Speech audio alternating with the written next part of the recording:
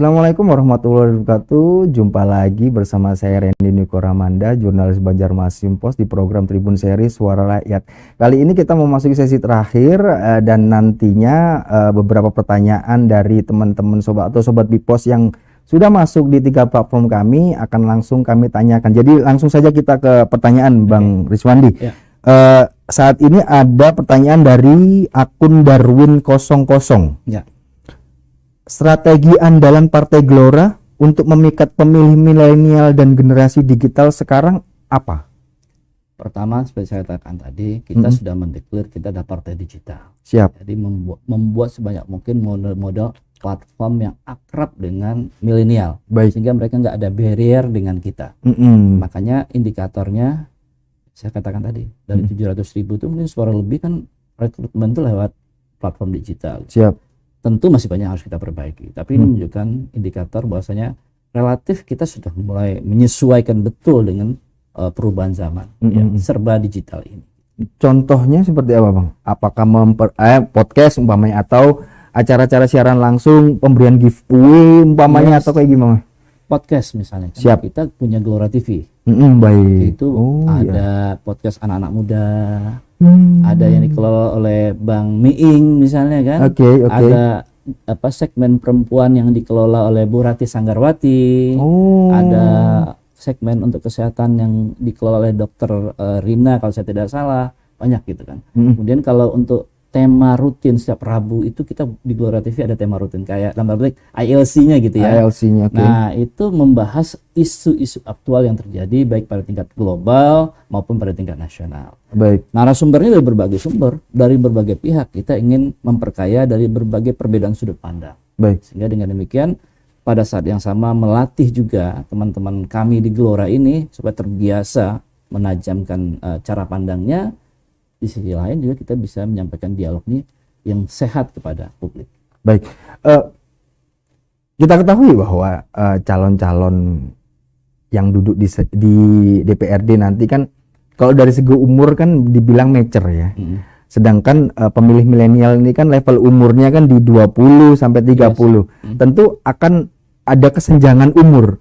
Nah, ini ada rasa kikuk atau kayak gimana, Bang? Atau memang ya mau tidak mau harus kerja kerasnya turun atau kayak gimana? Iya, tentu banyak variabel ya.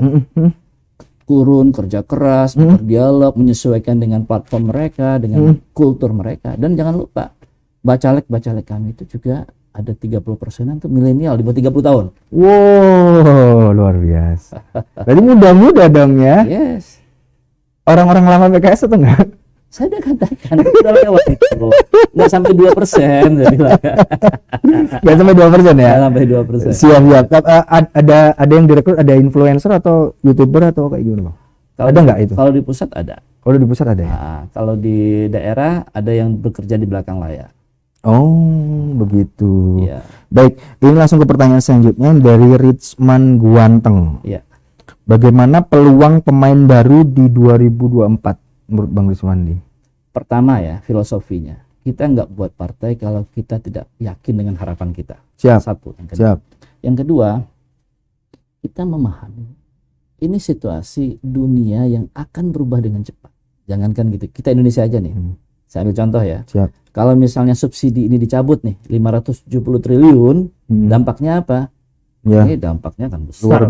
Luar biasa. Dalam tanda petik ya, bisa jadi. Kali tanda petik. Siap. Publik akan mengalami keresahan. Ya bergejolak gitu kan.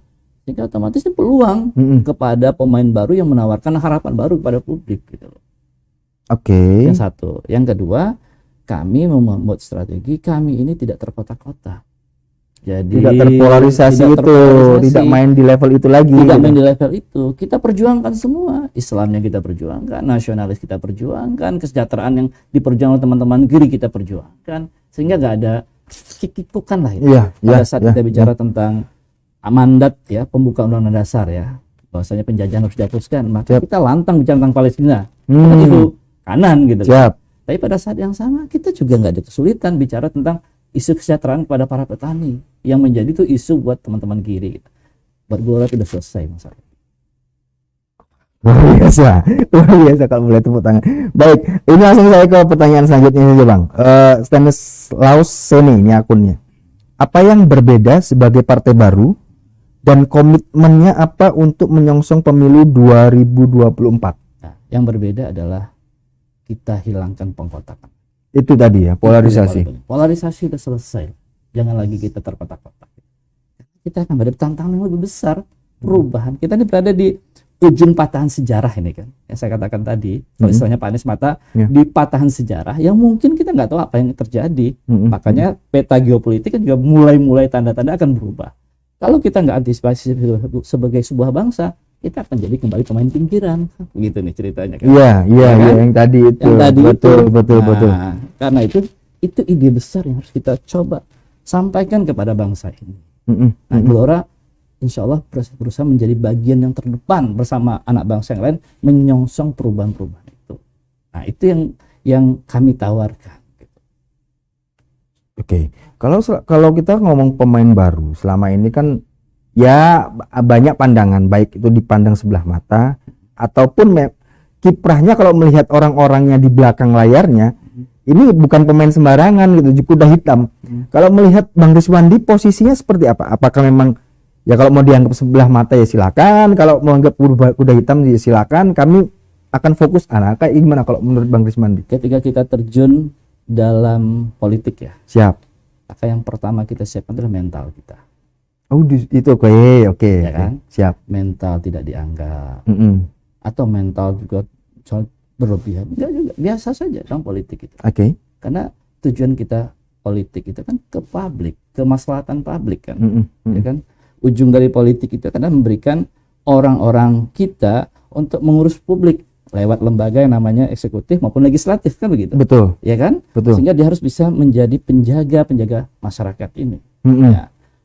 Jadi kalau kita terjun ke politik nggak siap dengan kritikan, jangan terjun. Cibiran itu. betul.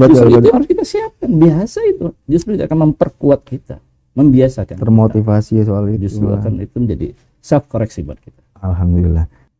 Baik, ini sudah memasuki sisi terakhir Bang, tapi sebelum saya menutup, saya memberi waktu 2 atau 3 menit untuk Bang Rizwandi menyampaikan harapan ataupun baik itu kepada pemilih, ke penyelenggara maupun teman-teman caleg Partai Gelora dimanapun, ya apa yang ingin disampaikan, monggo waktu dan tempat saya persilahkan. Terima kasih. Sahabat-sahabat Banua yang saya hormati, kita menghadapi situasi dunia yang penuh dengan ketidakpastian ya.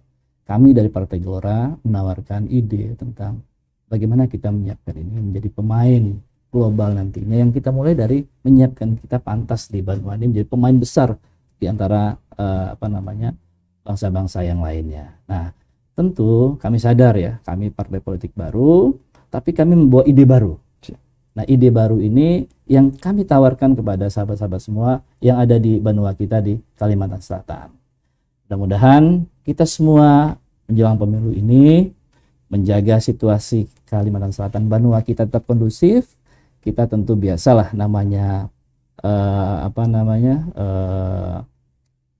dinamika menjelang pemilu, tentu menawarkan berbagai dinamika, menawarkan berbagai ide, menawarkan berbagai gagasan, itu biasa. Pasti sedikit banyak ada gesekan. Tapi kita semua adalah anak bangsa, kita semua anak Banua. Mari Kalimantan Selatan kita jaga sehingga insya Allah menjadi Banua yang terdepan di Indonesia nanti. Alhamdulillah. Baik, Sobat Bipos, itu tadi bincang santai kita bersama Bang Rizwandi, Ketua Partai Gelora Kalsel. Semoga perbincangan kami tadi memberi pencerahan sekaligus manfaat untuk Sobat Bipos dimanapun Anda berada. Namun sebelum saya tutup, saya punya pantun untuk Partai Gelora. Pemilu 2024 sudah dinanti, jadi ajang banyak partai membagi upeti. Melihat rakyat kian terhimpit, mari peduli. Semoga Partai Gelora jadi solusi. Baik Sobat Bipos, akhirul kalam, saya Randy Niko Ramanda pamit. Waalaikumsalam warahmatullahi wabarakatuh.